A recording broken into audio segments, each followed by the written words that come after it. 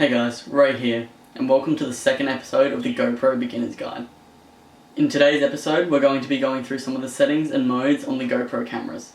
For this, I'm going to be using a GoPro Hero 4 Black Edition camera. Don't worry if you don't have a Hero 4 Black, because the settings are very similar across all the cameras, so this tutorial should be helpful no matter what GoPro you have. Okay, so I'll just turn on my GoPro Hero 4 and we'll run through the settings on the GoPro.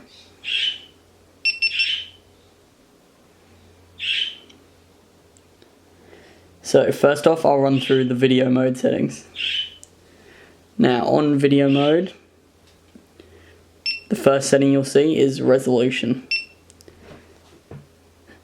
So I'll start from the top. The different resolutions you have on the Hero 4 are 4K, 4K Super View, 2.7K, 2.7K Super View, 2.7K 4:3, which just changes the aspect ratio of the video, 1440, 1080p Super View, 1080p, 960, 720 Super View, 720p, and WVGA.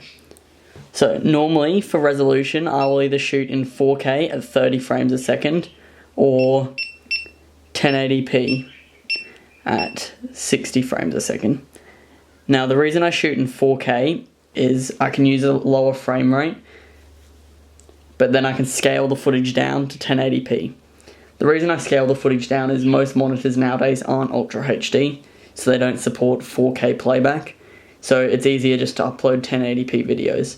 So I scale all my 4K footage down to 1080p.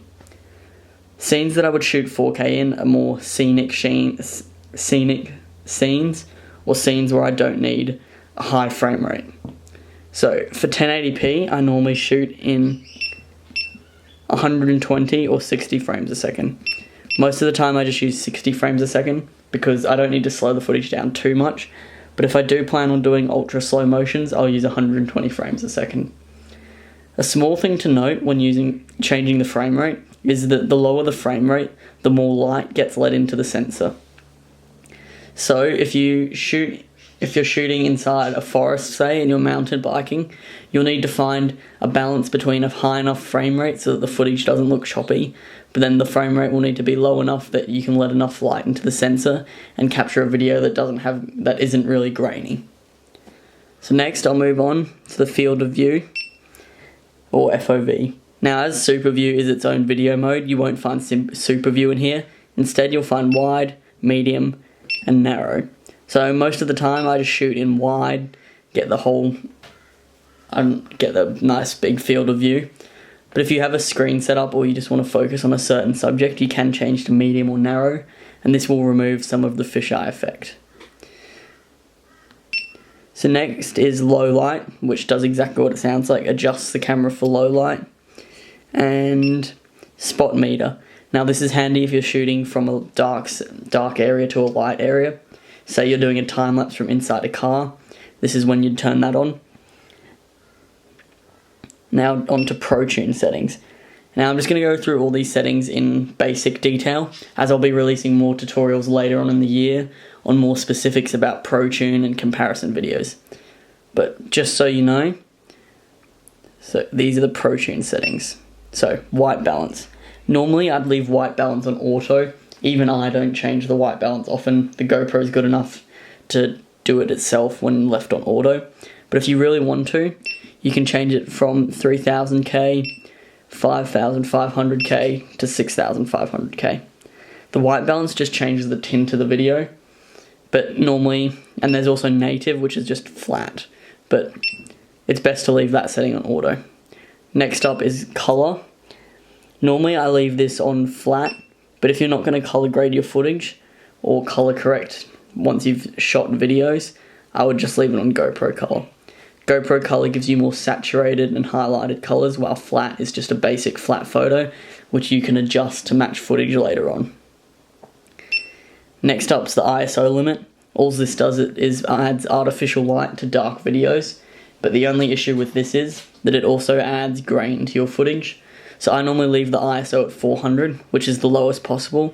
You can have it set to 6400 or 1600, but I find it best just to leave it on 400 as I never want grain in my footage.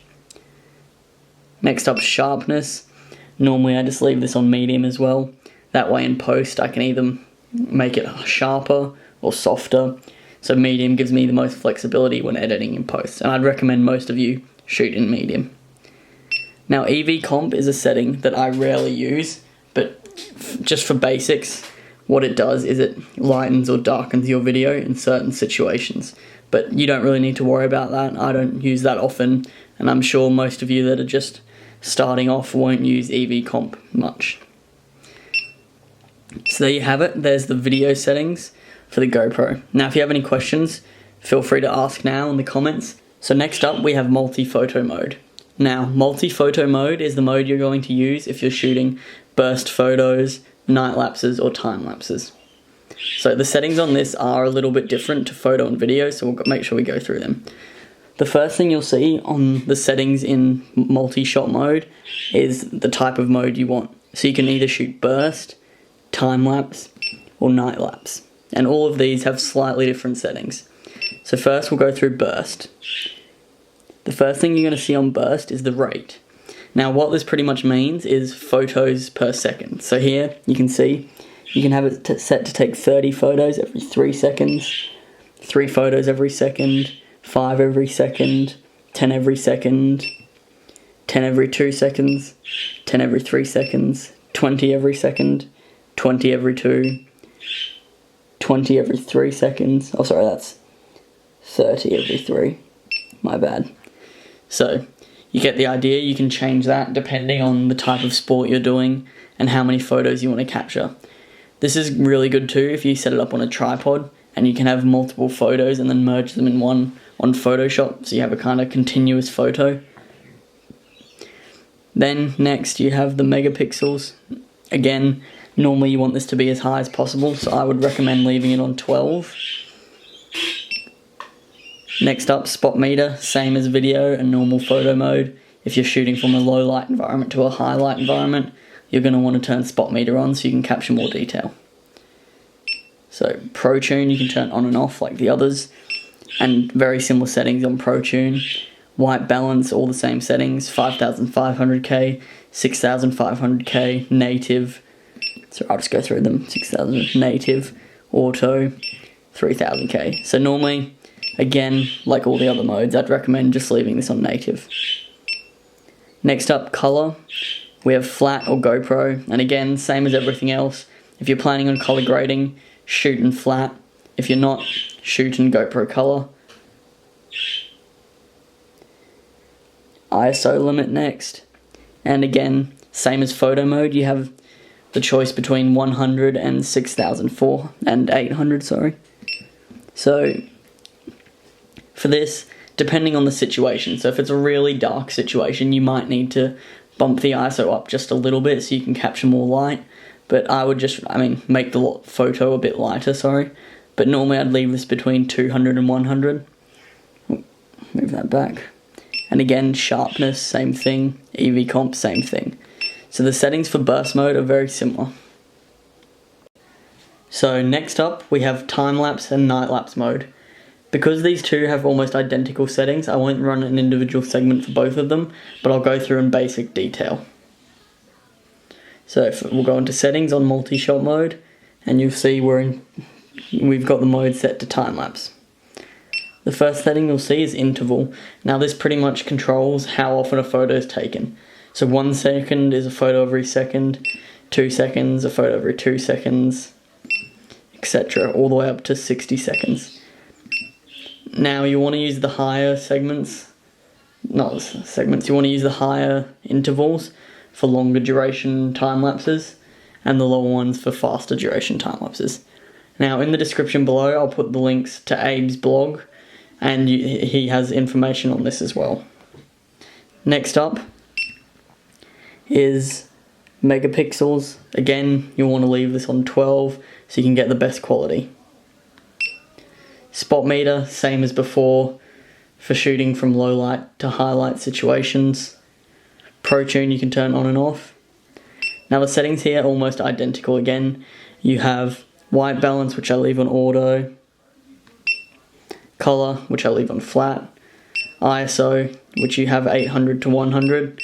You want to set this as low as possible for time lapse, and it's a little bit different for night lapse, but I'll talk about that later. Sharpness, medium, EV comp, don't really need to worry.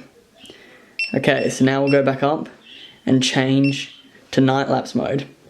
Now again, night lapse mode is a little bit different. So the major difference in night lapse mode is the shutter speed. What this basically means is how long the image's shutter is open for. So when you're shooting outdoor night lapses, star trails, sorry, in a really dark situation, you'll want it on 30 seconds, which means the GoPro opens its shutter for 30 seconds, takes in all the light, and then turns it off. So you get a single photo after 30 seconds of exposure. Now again, Abe's blog explains this in a lot more detail, so if you want to read that, I would definitely recommend it, especially for night lapses. So you can go all the way from auto, which is great for time lapses where you go from day to night, so a sunset time lapse. You have 2 seconds, 5 seconds, 10 seconds, 15, 20, and 30. So each shutter speed has a different advantage, and sometimes you just have to test and see which one works best for your certain scenario. Now on here, interval is a little bit different. Interval means how long between photos on night lapse mode. So if you have your interval has to be has to be shorter than your shutter speed. So if my shutter speed is 30 seconds, this means it'll take a photo for 30 seconds, and then there'll be a 1 second break, and then it'll take another photo. So I can turn this up all the way, but this always has to be equal to or less than the shutter speed. So normally I leave this on continuous, which means as soon as it's finished taking the first photo, it'll process, then take another photo. So it's pretty much one after another. And that's what I would recommend for most night lapses. Again, megapixels, you would want to leave that on as high as possible, 12. Spot meter if you're shooting low light to dark light, which I don't think you would ever use doing a night lapse because you'd be shooting a dark scene, but I guess it's there just in case you need it. Pro tune, again you can turn it off and on.